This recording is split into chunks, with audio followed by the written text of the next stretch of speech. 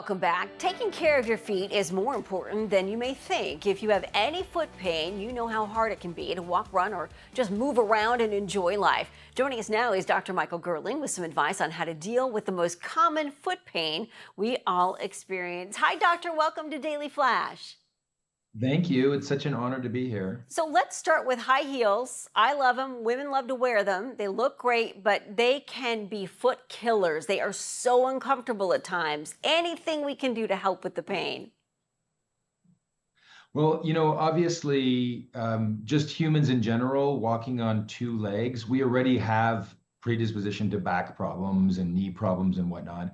And so this just makes it worse because the high heel will flex your foot down, which flexes your knee forward and then it hyperextends your back. So, we have to be really cautious and conscious of how they're affecting us. I think that the biggest tips we have is just really first of all, thinking about the fit itself. If it doesn't feel comfortable when you're buying it, you're not going to be comfortable wearing it. And especially if you know you're going to be wearing it for long periods of time. There are different things you should think about in the heel itself. For example, just starting from how high the actual heel is. If you don't have great flexibility of your ankle, it's going to hurt to be higher up. And then obviously, the wider the sole is of the heel, the more stability you're going to have. So if you don't have great stable ankles, or if you've had a problem with your ankles in the past, you should think about having a wider heel itself. Try to match the arch because the arch actually gets placed under quite a bit of strain during the wearing process. And you're also placing a lot of weight on your forefoot. So the padding is very important. The longer you wear the shoe, the more you need to have thicker, heavier, stronger padding that's going to support that forefoot and prevent forefoot pain underneath the ball of your foot. Okay, what about Also, people? people will have I'm sorry. Go for it. Sorry. Also, people will have toe deformities and problems with width of the front. They should also look at the toe box of their shoe as well. It's really important. What about people who work on their feet? I know heel pain is very common. How can people avoid this?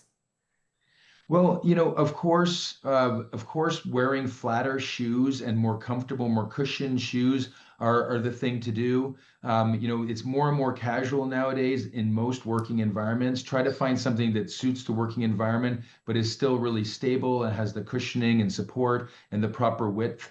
Of course, some environments require that you wear formal shoes, but formal shoes can be comfortable with the right width. Try to wear an insole. You do not need to wear a custom insole, but insoles that are that will support the arch and match the anatomy of your foot is very important. What about runners? Because you're putting a lot of weight on your feet when you're doing a lot of running. How can they best protect their feet?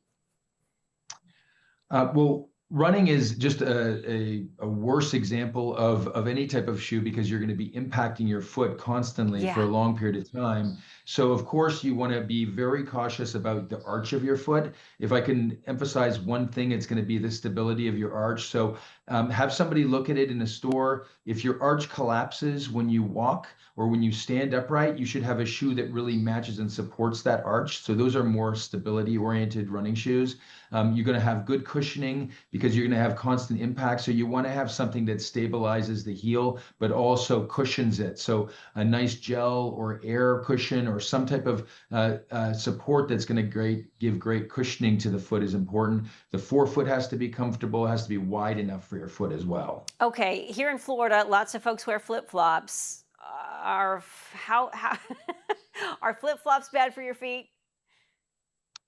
Actually, my brother-in-law walked the Muir Trail in some $2 flip-flops. So, I mean, What? I think it's different for every foot. That was over 200 miles. So, Wow. some people can walk in flip-flops and not hurt their feet. Some flip-flops have great support, great arch support. I think you just have to find a shoe that fits you properly. I mean, if you have foot problems, a great foot support, such as that Birkenstock or other conforming soles, can really help as well. So I would recommend that you try out what's comfortable, wear them for increased periods of time, and make sure that your arch is supported. Just a few seconds left here, doctor. How important is shoe size and why are there so many that could fit the same foot? Just as from brand to brand, different styles and designs. I think that the most important thing is fitting the shoe when you go to purchase it. Even if you buy online, you can always try to return it.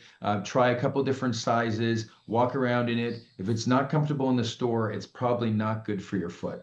Great advice, Dr. Gerling. Fascinating stuff. Thank you so much for joining us. For more information, please visit gerlinginstitute.com. We'll make sure we'll post this interview on our website at dailyflashshow.com. Look for Dr. Gerling, gerlinginstitute.com on our website. Stay with us. We're back right after this.